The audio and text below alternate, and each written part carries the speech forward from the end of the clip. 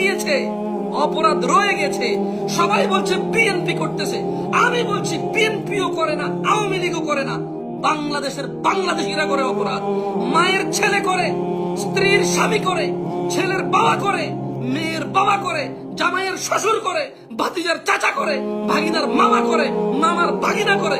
এই দেশে আমরা বাংলাদেশিরা অপরাধী, কোন দল অপরাধী না। এই মানুষগুলো দল করে, এই অপরাধী মানুষগুলো কেউ আওয়ামী লীগ করে, কেউ বিএনপি করে, কেউ জাতীয় পার্টি করবে, কেউ এনসিপি করবে, কেউ ওই নাগরিক পার্টি নতুন করে একটা পার্টি হয়েছে এটা করবে। বাংলাদেশের মানুষ করবে এই পার্টিগুলো। এরপর দোষ দেবে বিএনপি, দোষ দেবে আওয়ামী লীগ, দোষ দেবে এনসিপি, দোষ দেবে জাতীয় পার্টি, দোষ দেবে জামাত ইসলাম, দোষ দেবে হেফাজত ইসলাম। অথচ মানুষগুলো দোষী। মানুষ দলের কি বিচার হবে নাকি? 10 কোটি, 5 কোটি, 1 কোটি, 2 কোটি, 4 কোটি মানুষ দিয়ে দল, এত দলের বিচার করবে কি? মানুষগুলোর বিচারের আওতায় আনা উচিত।